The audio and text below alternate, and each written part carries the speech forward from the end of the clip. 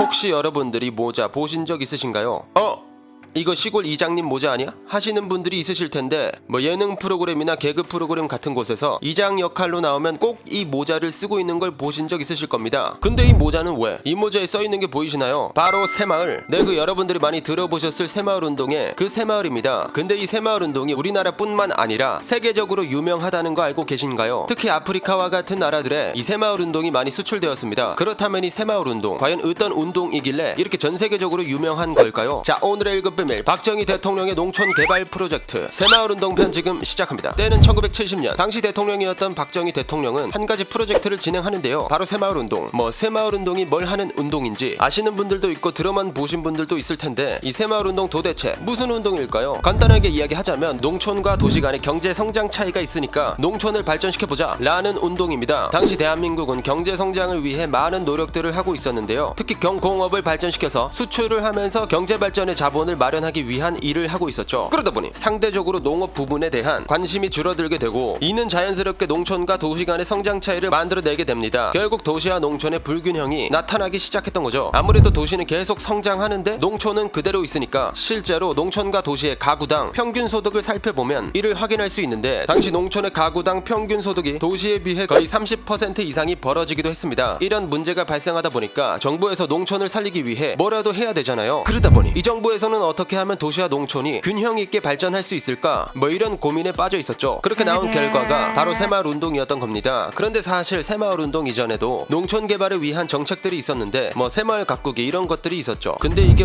농촌에다가 지원도 하고 잘 살아보자고 막 독려도 하고 해봤는데 이게 그렇게 쉬운 일이 아니었던 거야. 거의 10년을 해봤는데도 안 됐던 거지. 아니 농촌에다가 돈도 주고 지원도 하고 했는데 왜 안 됐던 건데? 그게 일단 농촌에다가 지원을 해줍니다. 그러면 그 농촌이나 마을 이런 데서 농로를 만들던지 아니면 지붕을 갈던지 해야 되잖아요. 근데 대부분이 지원을 받고 충분한 성과를 못 냈던 거야. 그런데 다음 연도에 또 지원을 해주는데 성과는 안 나오고 이게 반복되었던 거지. 무조건 매년 같은 식으로 농민을 지원하다 보니까 이 지원이 그렇게 효과적이지 못했던 겁니다. 아니 돈을 주는데 왜 성과가 안 나지? 라고 생각하시는 분들도 있으실 텐데 일단 성과를 내지 않아도 정부에서 지원이 계속되는 것도 있고 농촌 특성상 이전부터 이어져 오던 그런 관습이나 관행 이런 것들이 있다 보니까 새로운 변화를 쉽게 받아들이지 못했던 거죠. 그래서 대다수의 마을이 이런 지원을 받고도 농촌 개발이 이루어지지 못했던 겁니다. 그러다 보니 기존의 방식과는 다른 새로운 방법이 필요했는데 그게 바로 새마을 운동이었던 거죠. 그렇게 1970년 4월 22일 박정희 대통령은 선언을 합니다. 근면자조 협동 이 3대 정신을 가지고 우리 농민들이 노력하고 농촌 경제 발전에 참여합시다. 이 연설 이후 그해 가을부터 새마을 운동이 본격적으로 시작되죠. 아무래도 농사를 짓는 기간에는 이걸 할 수가 없으니까 가을 이후에 운동을 하기 시작했던 겁니다. 근데 또 때마침 대한민국에서는 시멘트가 많이 생산되고 있었는데요. 건설도 하고 해야 하니까 그러다 보니 이 시멘트를 수출도 하고 했던 겁니다. 그렇게 수출하면서 돈도 벌고 했었는데 그런데 이 새마을 운동 시기에 오일 쇼크가 터져버린 거야. 세계 경제도 침체되고 하니까 원래 팔던 시멘트가 팔리지 않게 된 거지. 아니 일단 시멘트를 만들어 놓긴 했는데 팔리질 않으니까 문제가 생겨버린 거죠. 그래서 이 남아 도는 시멘트를 어떻게 할 건가 고민을 하던 그때 이 시멘트를 새마을 운동에다가 활용하면 좋겠다 해가지고 농촌에다가 시멘트 지원을 하기 시작합니다. 그렇게 전국에 34,000여 개의 마을에다가 시멘트를 나눠주기 시작하죠. 마을마다 평균 300포대에 해당하는 시멘트를 배분했다고 하는데 그리고 시멘트를 사용해서 건설을 하려면 철근도 필요할 거 아니에요. 그렇게 철근도 1톤 정도 나눠주고 합니다. 이런 지원을 하면서 이제 새마을 운동에 대해서 안내를 했는데 새마을 운동에서 가장 중요한 게 있었습니다. 바로 이 시멘트랑 철근을 농촌의 인프라를 개선해서 농업을 하는 사람들의 생산성을 높이는 것이었죠. 그래서 이 농로를 수리하고 넓히고 또 수로를 만들어서 저수지에서 바로 논으로 물을 편하게 공급하게끔 했던 겁니다. 그리고 지붕도 개량하고 담도 쌓고 했던 거지. 그렇게 첫 번째 새마을 운동이 시작되고 다시 농사를 할 때가 찾아옵니다. 그럼 이제 성과를 한번 확인해 봐야 되잖아요. 그래서 이제 마을마다 성과를 다 받아가지고 평가를 했던 거죠. 그 많은 34,000여 개의 마을을 다 확인을 해보니까 그중 절반도 채 안 되는 마을만이 운동을 하고 있었는데 당시 16,000여 개의 마을만 지원받은 시멘트를 활용해서 농로도 만들고 했던 겁니다. 그러면 나머지 18,000여 개의 마을은 뭘 했냐? 거의 새마을 운동에 참여하지 않았던 거죠. 진짜 반 이상이 참여를 안 했던 거야. 근데 이게 농촌 한번 잘 살아보게 하자고 이런 프로젝트를 했던 건데 반도 참여를 안 하면 이 프로젝트를 이어서 할 수 없잖아요. 근데 또 이제 막 진행한 거를 안 할 수도 없고 그러다 보니 이 새마을 운동에 대해서 국무회의가 열립니다. 이거 전체 마을 중에 절반도 참여 안 했는데 어떡하지?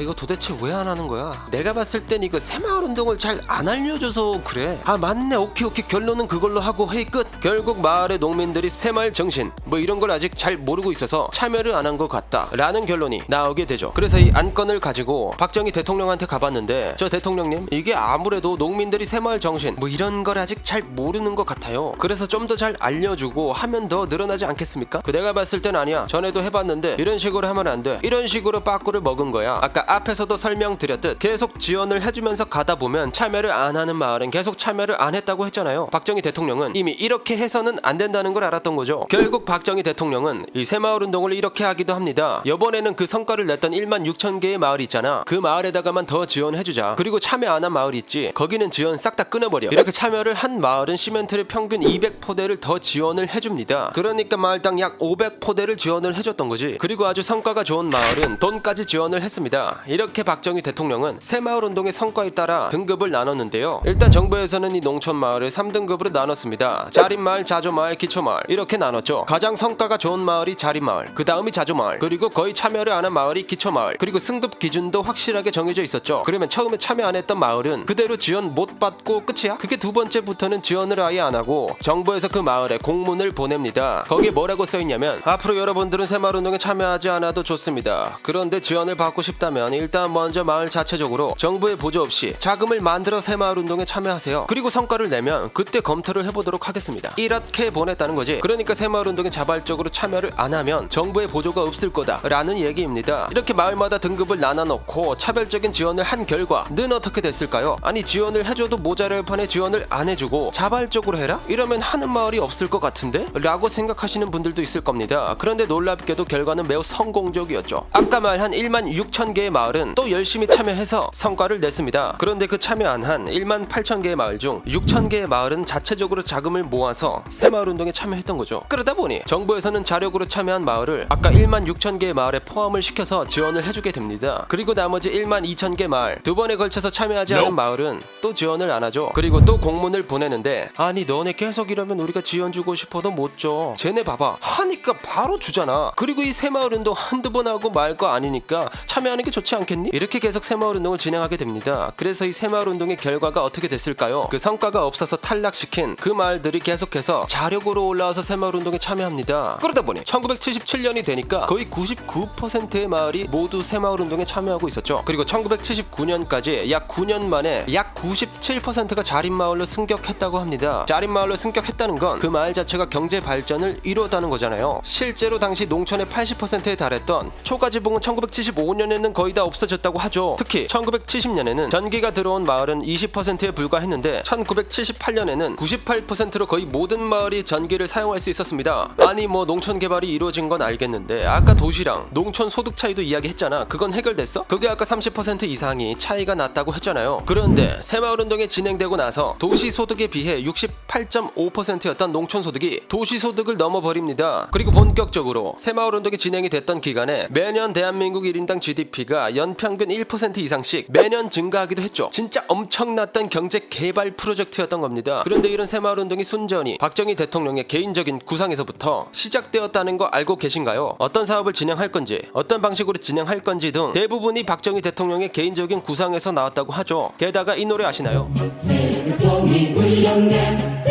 이 노래 역시 박정희 대통령이 직접 작사 작곡을 할 정도였다고 합니다. 뭐 아무튼 이 새마을운동이 엄청난 성과를 만들어내자 전 세계에서 새마을운동에 대한 관심이 늘어나기 시작했는데, 실제로 유엔은 새마을운동을 아프리카 빈곤 퇴치 프로그램으로 추진했습니다. 그러다 보니 현재는 해외 74개국으로 새마을운동이 수출되었죠. 게다가 후진국에서는 한국의 새마을운동을 배우기 위해 방한한다는 해외 지도자도 있습니다. 이렇게 새마을운동이 세계적으로 높이 평가받다 보니 새마을운동 기록물은 유네스코 세계 기록유산에도 등재되어 있죠. 자, 그럼 대한민국의 경제 성장을 이뤄냈던 새마을운동을 기억하며 오늘의 1급 비밀 마치도록 하겠습니다. 다음에 또 다른 진실만을 담은 서류 1급 비밀 파일 들고 찾아오도록 하겠습니다. 감사합니다.